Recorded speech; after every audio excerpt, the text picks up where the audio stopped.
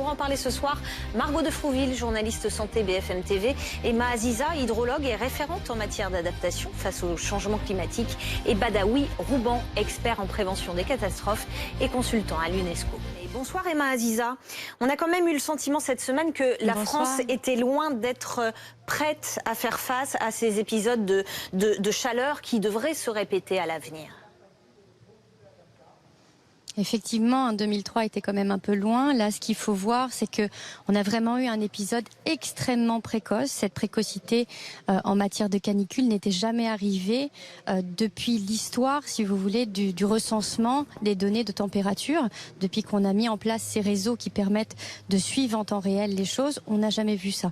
Donc on pourrait se dire que finalement, c'est peut-être un artefact, qu'on a toujours eu des extrêmes dans l'histoire. Or, on se rend compte quand même que croisé à ça, on a notamment des températures exceptionnelles. On a battu des records historiques. On a plus de 5 stations qui ont battu des records. Donc on se rend bien compte qu'en fin de compte, il y a un cumul de choses avec ces records nationaux qui nous montrent qu'on est passé quand même dans une nouvelle ère.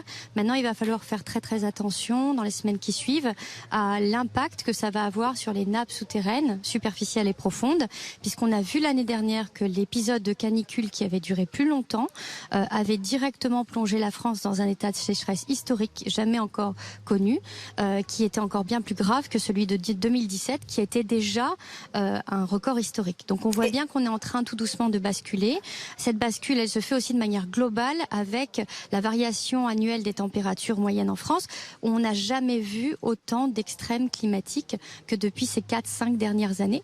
Et juste pour finir, en fait, il faut bien comprendre que sur le plan scientifique, en général, on a besoin de longues séries chronologique de données scientifiques. Le problème, c'est qu'on n'a pas le temps de les attendre et on voit à vue d'œil, en fin de compte, les choses évoluer d'année en année. Alors il y a plusieurs chantiers, les transports, la construction, l'énergie. Emma Aziza, est-ce qu'il faut établir des priorités ou est-ce qu'il faut mener toutes les batailles de front ? Je pense qu'on est dans une phase d'urgence et dans une phase d'urgence, il faut changer vite. Donc, il va falloir vraiment mettre en place de nouvelles normes.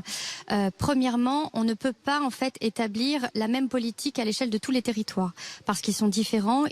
Ils vont gérer différemment, si vous voulez, l'afflux caniculaire.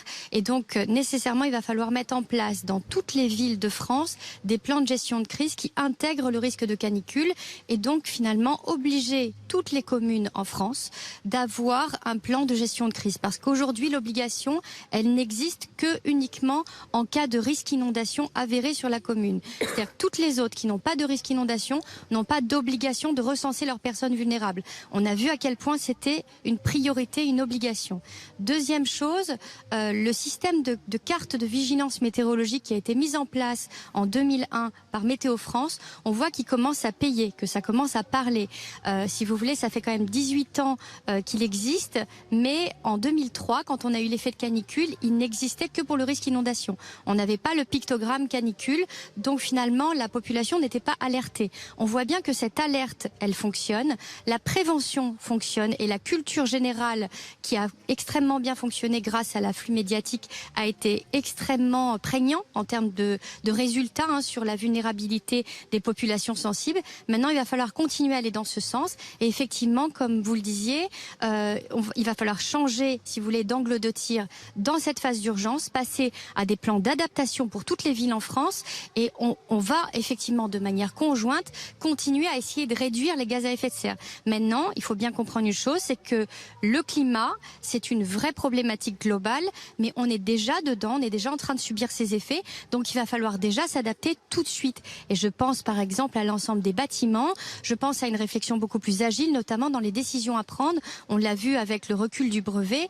le report en termes de date, il va falloir qu'on se positionne très tôt pour comprendre quels sont les scénarios à venir, quelles vont être les décisions à prendre et qu'on ait une réaction extrêmement agile, rapide pour que les systèmes puissent s'adapter. Et le meilleur système pour s'adapter, c'est d'y avoir réfléchi avant et pas pendant la crise. Parce que pendant la crise, c'est bien souvent trop tard. L'anticipation, je crois que c'est le mot un petit peu de la soirée.